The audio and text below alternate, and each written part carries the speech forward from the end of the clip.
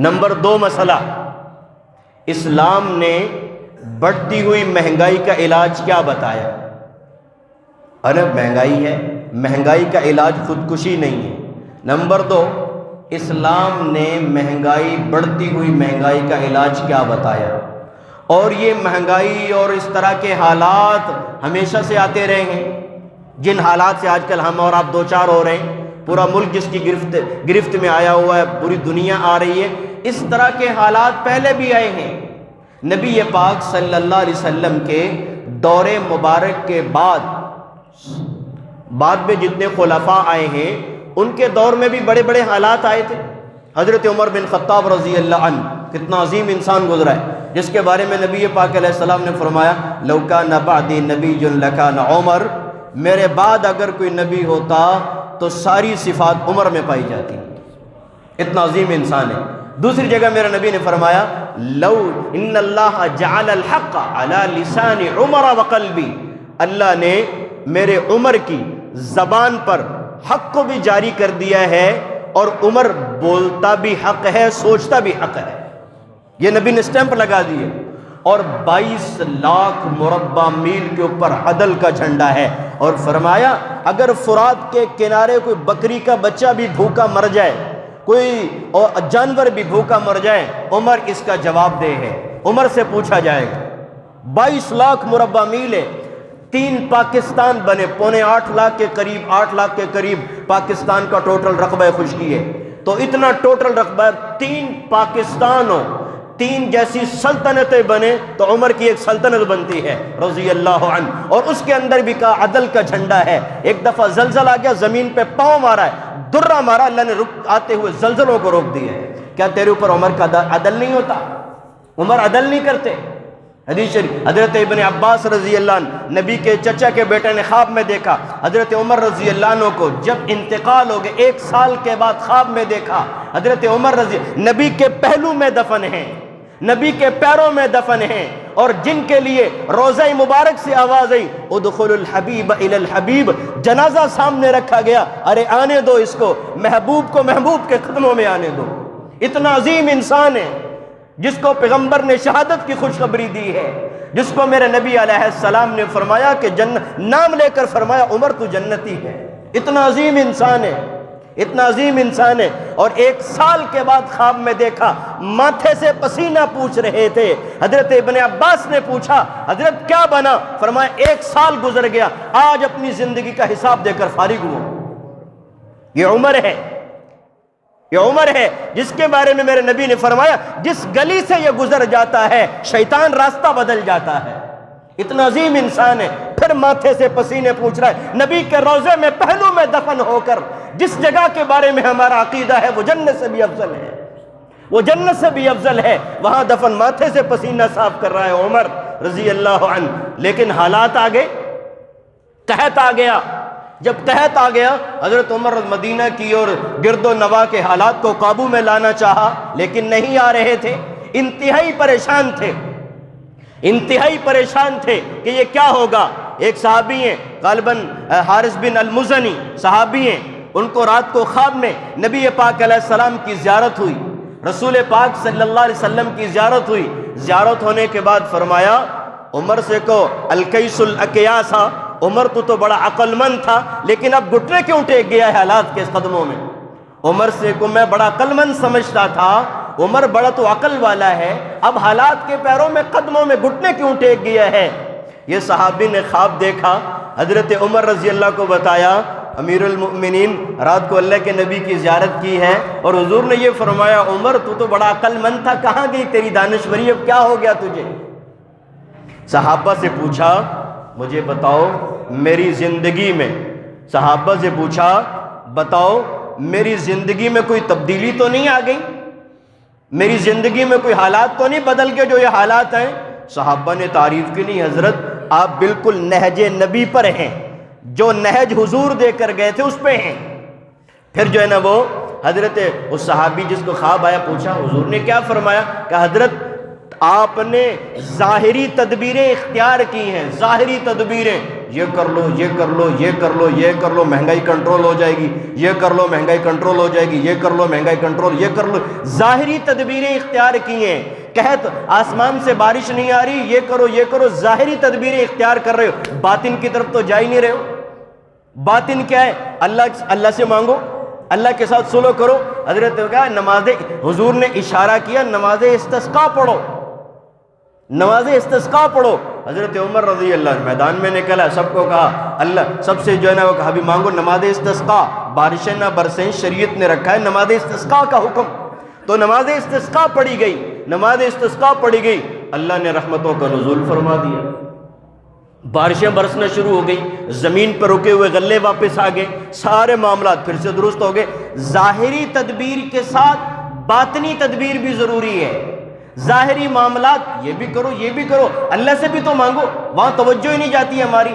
بھائی world bank سے قرضے لے لو، اس سے IMF سے قرضے لے لو، اس سے لے لو، اس سے لے لو. بھائی وہ تو جو تم کر رہے ہو سود کے معاملات، لیکن اللہ کے ساتھ تو اعلان جنگ کیا ہوا ہے.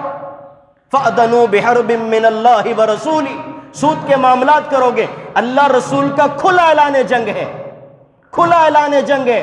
سودی معاملے پہ کبھی امن نہیں آئے گا. فَأْذَنُوا بِحَرْبٍ مِّنَ اللَّهِ وَرَسُولِهِ. اللہ اور اس کے رسول کی طرف سے اعلان جنگ ہے. سود کا ایک پیسہ استعمال کر لینا، اپنی زندگی میں لانا، ماں سے 36 مرتبہ زنا سے بھی بدتر ہے. ساری عمارت اسی پہ قائم کی، امن کیسے آئے گا؟ ہمیں پریشانیاں تو آئیں گی، اللہ ہماری حفاظت فرمائے. اور بھی خلفاء کے دوروں میں حالات آئے. ایک عباسی خلیفہ میں، عباسی حکومت جب آئی، دور عباسیہ جب آیا، اس کے اندر ایک خلیفہ آیا، خلیفہ مستنصر.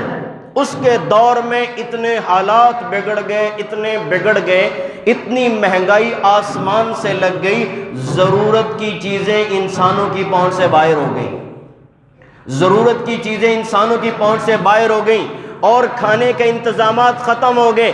یہاں تک نوبت پہنچ گئی انسان کتے اور بلیاں کھانے پر مجبور ہو گئے، حرام جانور کھانے پر. مہنگائی کی وجہ سے ضرور آسمان سے بارش نہیں آ رہی، زمین سے غلے نہیں اگ رہے، توبہ نہیں ہو رہی، حالات نہیں بدل رہے، مہنگائی اس قدر ہو گئی، لوگ کتے اور بلیاں کھانے پر مجبور ہو گئے، اور وہ بھی ختم ہو گئے.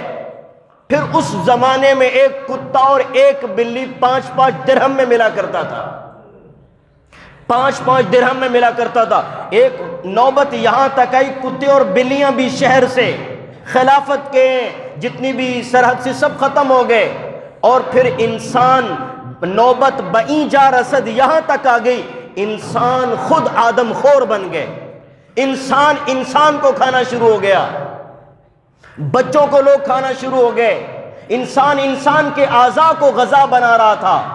اور وقت کے خلیفہ کی یہ حالت تھی کہ پورا گھر بیچ دیا اور چٹائی پر آ کر کے بیٹھ گیا. اتنے حالات کمزور ہو گئے. بادشاہ کا یہاں تک حالات آ گئے کہ گلی سے اگر کوئی انسان گزرتا، لوگ چھتوں پہ بیٹھے ہوئے گلی والے کو اٹھا کر چھت پہ ہی کھا جایا کرتے تھے. انسان کو کھا رہا تھا. حالات اس قدر کمزور پڑ گئے، حالات ایسے آ گئے. میرے بھائیوں، ایسے حالات آنے سے پہلے اللہ کسی اور مصیبت میں ہمیں لے جائے، اس کے دروازے پہ جانا پڑے گا، اس کی چوکھٹ کو کھڑکھڑانا پڑے گا، وہاں سے حالات کی تبدیلی کے فیصلے کروانے پڑیں گے. بادشاہ سے ملنے اس کا وزیر آیا.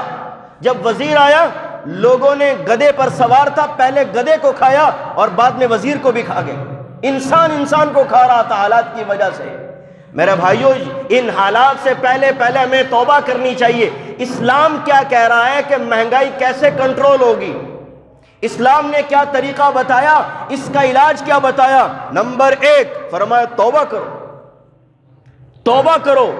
اللہ حدیث شریف میں آتا ہے، رسول پاک صلی اللہ، سورہ انفال آیت نمبر 33 میں اللہ تعالیٰ فرماتے ہیں وَمَا كَانَ اللَّهُ لِيُعَذِّبَهُمْ وَأَنْتَ فِيهِمْ. اے میرے پیغمبر صلی اللہ علیہ وسلم، جب تک آپ ان کے اندر موجود ہیں، جب تک آپ زمین پر موجود ہیں، میرا قانون ہے، میں کبھی بھی عذاب نہیں اتاروں گا. سورہ انفال آیت نمبر 33 میں اللہ فرما رہے وَمَا كَانَ اللَّهُ لِيُعَذِّبَهُمْ وَأَنْتَ فِيهِمْ. جب تک میرا رسول موجود ہے، عذاب آ جائے کبھی بھی نہیں ہوگا. اس کی موجودگی میں عذاب کیسے آ سکتا ہے؟ نہیں آ سکتا. اور نمبر 2 فرمایا وما كان اللہ معذبہم وہم یستغفرون۔ اے رسول پاک صلی اللہ علیہ وسلم، جب تک یہ توبہ کرتے رہیں گے، جب تک یہ معافی مانگتے رہیں گے، میں ان کے اوپر عذاب نہیں اتاروں گا۔ آج وہ دروازہ تو ہم نے چھوڑ ہی دیا ہے، اس کی طرف توجہ ہی نہیں ہے۔ نبی پاک علیہ السلام نے فرمایا میں دنیا سے جا رہا ہوں، دو چیزیں تمہارے اندر عذاب کو نہیں آنے دیں گی، ایک میری ذات، نمبر دو جب میں دنیا سے چلا جاؤں تو تمہارے اندر استغفار اور معافی کا دروازہ چھوڑ جاؤں گا، معافی مانگتے رہنا، میں تمہارے اوپر کبھی بھی عذاب نہیں آئے گا۔ حدیث شریف میں آتا ہے نبی پاک علیہ السلام نے صحابہ سے فرمایا وہ وقت کیسا ہوگا جب تمہارے اندر یہ 5 بیماریاں پیدا ہو جائیں گی، وہ وقت کیسا ہوگا جب تمہارے اندر 5 بیماریاں لگ جائیں گی، میں اللہ سے پناہ مانگتا ہوں وہ بیماریاں تمہارے اندر پیدا نہ ہو۔ اگر وہ بیماریاں تمہارے اندر آئیں نہیں اور تمہارے اندر وہ بیماریاں لگ جائیں، میں اللہ سے پناہ مانگتا ہوں۔ پھر فرمایا نمبر ایک جب حیا ختم ہو جائے دنیا سے، جب دنیا میں اعلانیہ طور پر بے حیائی کی جائے، اعلانیہ طور پر، ظاہری طور پر بے حیائی ہو رہی ہے، اڈے چل رہے ہیں، وہاں پہ عزتیں فروش ہو رہی ہیں، جسم فروشی ہو رہی ہے، روکنے والا ہی نہیں ہے۔ اعلانیہ طور پر جب تمہارے اندر بے حیائی آ جائے گی اعلانیہ طور پر، اس وقت تمہارے اندر وہ بیماریاں جنم لیں گی لم یسمع الاولون، جو تمہارے کبھی باپ دادا نے بھی نہیں سنی ہوں گی۔ کیا کرونا وائرس سنا تھا ہم نے؟ کرونا وائرس کبھی سنا تھا ہم نے؟ بے حیائی جب عروج پر پہنچی ہے، حیا جب بام عروج تک ساری حدیں کراس کر گئی ہے، ایک دم اللہ نے پوری دنیا کا رخ موڑا ہے۔ وہ بیماریاں آئیں گی، الزنا یورث الفقر، زنا جس قوم کے اندر ہو جائے وہ قوم جیتے جاگتے سب کچھ ہوتے ہوئے غیروں کے محتاج بن جاتی ہے۔ وہاں بجلی کا بحران آئے گا، وہاں گیس کا بحران آئے گا، وہاں معاشی تنگیاں آئیں گی، وہاں حالات کی تبدیلی کا کوئی نام نہیں ہوگا جہاں زنا عام ہو جائے۔ جب ظاہری طور پر بیماری تمہیں زنا کی لگ جائے تو طاعون بھی آئے گا، وہ بیماریاں جو تمہارے باپ دادا نے کبھی نہیں سنی ہوں گی۔ رات دن ہارٹ اٹیک، میرا بھائیو یہ بیماریاں پہلے نہیں تھی۔ نمبر 2 فرمایا جب دوسری بیماری، جب قوم زکوٰۃ سے رک جائے، پھر آسمان سے اترنے والی رحمتیں رک جائیں گی، بارشیں رک جائیں گی، آسمان سے اترنے والی رحمتیں جب زکوٰۃ سے لوگ رک جائیں۔ میں آپ سے نہیں کہہ رہا، آپ تجزیہ کر لیں، آج ہم زکوٰۃ کو ایک تاوان سمجھتے ہیں، عشر کو ہم ایک تاوان سمجھتے ہیں، زکوٰۃ کو اپنے اوپر ایک بوجھ سمجھتے ہیں۔ ارے زکوٰۃ کے ذریعے اللہ اور مخلوق کے درمیان معاملات درست ہوتے ہیں۔ زکوٰۃ پھر تمہارے اندر جو بارشیں برسیں گی، چند بارشیں جو برسیں گی، وہ ان جانوروں کی وجہ سے برسیں گی، جانوروں کی وجہ سے، یہ نہ بھر جائیں، ان کے لیے غلے کا انتظام نہ ختم ہو جائے۔ نمبر 3 فرمایا جب تمہارا تاجر ناپ تول میں کمی شروع کر دے، جب تاجر ناپ تول میں کمی کرے گا، پھر قحط آئے گا، پھر معاش کے بحران آئیں گے، جب ترازو میں ڈنڈیاں ماری جائیں گی، پھر جو ہے نا وہ ایک دوسرے کی محتاجی آئے گی، اور تمہیں ایسے بادشاہوں کی گرفت میں دے دیا جائے گا جو تم پر کبھی رحم نہیں کھائیں گے۔ ظالم بادشاہوں کے ہاتھ میں تمہیں دے دیا جائے گا، ظالم بادشاہوں کی پکڑ میں، جب تمہاری تجارت جھوٹ پر مبنی ہوگی، تجارت سود پر مبنی ہوگی، ناپ تول میں کمی ہوگی، دوسروں کے حقوق مارے جا رہے ہوں گے، ایسا ہوگا۔ حدیث شریف میں آتا ہے التاجر الامین، ارے امانت دار تاجر جس کی تکڑی کا ترازو بالکل مناسب رہے، جو اس میں ڈنڈیاں نہ مارے، دوسرے کے پیسے پورے لیتے ہو۔ پوری قرآن میں اللہ نے پوری سورت اتاری ہے ناپ تول میں کمی کرنے والوں کے لیے، 30ویں سپارے کے اندر۔ تاجر الامین الصدوق، سچا تاجر، مع النبیین والصدیقین والشہداء، سچے تاجر کا حشر اللہ انبیاء کے ساتھ میدان حشر میں سچے تاجر کو انبیاء کے ساتھ، شہداء اور نیک لوگوں کے ساتھ کھڑا کریں گے اس کی امانت اور صدق کی بنا پر۔ ایک نہ قافلہ جا رہا تھا، قافلہ، اس میں سے ایک شخص کا انتقال ہو گیا، مسئلہ پوچھنے ہے، جب انتقال ہو گیا اس کی قبر کھولی گئی، قبر کھود دی گئی، بھئی اس کو دفنانے، جب دفنانے لگے قبر کھودتے، اللہ کبھی کبھار دکھا بھی دیتے ہیں، قبر کھودی گئی تو قبر کے اندر سے ایک دم اژدہا نکل آیا، قبر کھودی گئی ایک دم اژدہا نکل آیا، ایک دم بڑا اژدہا باہر آ گیا، ان کا دوسری جگہ کھود دیتے ہیں، دوسری جگہ وہیں بھی وہی کالا ناگ اور اژدہا کا، تیسری جگہ کھود دیتے ہیں، وہاں بھی 3-4 جگہ پر قبر کھودی، ہر جہاں پہ بھی قبر کھودتے ہیں وہی اژدہا ظاہر ہو جاتا ہے، سانپ نکل آتا ہے۔ لوگ مسئلہ پوچھنے کے لیے حضرت ابن عباس کے پاس آئے، حضرت معاملہ یہ کہ جہاں بھی قبر کھودتے گئے وہیں یہ اژدہا نکل آتا ہے، کئی جگہ پہ قبر کشائی کی گئی لیکن ہر جگہ یہی نکل رہا ہے۔ حضرت ابن عباس نے فتویٰ دیا یہ اس کا برا عمل ہے جس کو وہ ہمیشہ زندگی میں کرتا رہا، ساری دنیا بھی کھود دو گے، ساری زمین بھی کھود دو گے، ہر جگہ نکلتا رہے گا، اٹھاؤ اور پھینک دو۔ لوگوں نے اٹھایا اور پھینک دیا، وہ لوگ گھر میں آگے، بیوی سے پوچھا تیرے شوہر کا انتقال ہو گیا، کیا کیا کرتا تھا، کیا معاملہ تھا؟ بیوی نے کہا اور تو معاملات کا مجھے پتہ نہیں ہے لیکن یہ غلہ فروش تھا، جتنا غلہ ہماری ضرورت کا نکالتا تھا اتنا گن ڈال دیا کرتا تھا، وزن بیلنس برابر ہو جائے وہ غلہ، اور جو ہے نا وہ اس طرح بیچتا رہا، آج اس کا اثر دنیا میں اللہ نے مرنے سے پہلے دکھا دیا ہے۔ کیا یہ ڈنڈیاں ہم نہیں مار رہے؟ کیا یہ نہیں ہو رہا؟ بھائی اللہ ستار ہے، اللہ نے پردے ڈالے ہوئے ہیں، ہمارے عیوب پر پردے ڈالے ہوئے ہیں، کیوں اتنا ظلم کر کے ان پردوں کو ہٹانا چاہتے ہو؟ نمبر 4 فرمایا کہ بھئی رسول پاک نے چوتھی بیماری لگ جائے، اللہ کے نازل کردہ احکامات کے خلاف جب عمرا فیصلے کریں گے پھر تمہارے اوپر دشمن مسلط کر دیا جائیں گے۔ نمبر 5 میرے پیغمبر نے فرمایا جب قرآن اور سنت کے کتاب اللہ کو بھی چھوڑ دیا جائے، سنت رسول اللہ کو بھی چھوڑ دیا جائے، اللہ کی کتاب بھی پیچھے چھوڑ دی، نبی کی سنت بھی پیچھے چھوڑ دی، پھر کیا ہوگا؟ پھر تم باہم آپس میں گتھم گتھا ہو جاؤ گے، پھر آپس میں لڑو گے، آپس میں نفرتیں اور دشمنیاں ہو جائیں گی۔ اللہ ہم تمام کی اس سے حفاظت فرمائے۔ تو اسلام نے طریقہ مہنگائی کے روکنے کا اول علاج بتایا، توبہ کر لو، توبہ کرو، قل استغفروا قل تستغفروا ربکم، اپنے رب سے معافی مانگو، یمددکم باموال وبنین، وہ تمہارے مال میں اضافہ کرے گا، وبنین اولاد میں اضافہ کرے گا، اور آسمان سے بارش، ویمددکم باموال وبنین ویجعل لکم جنات ویجعل لکم انہارا، آسمان سے بارشیں اتارے گا، زمین سے غلے اگائے گا، زمین کے توازن کو برابر کر دے گا تمہاری صرف معافی کی وجہ سے۔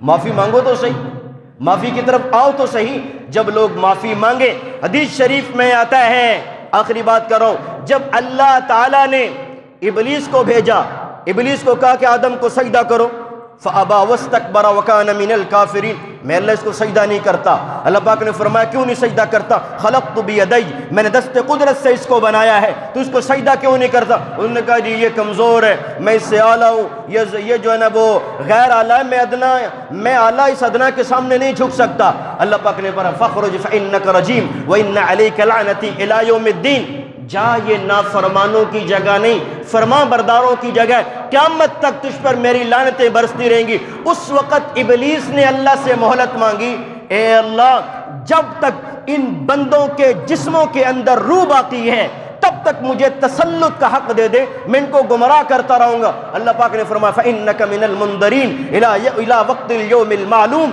تجھے جا اجازت دے دی۔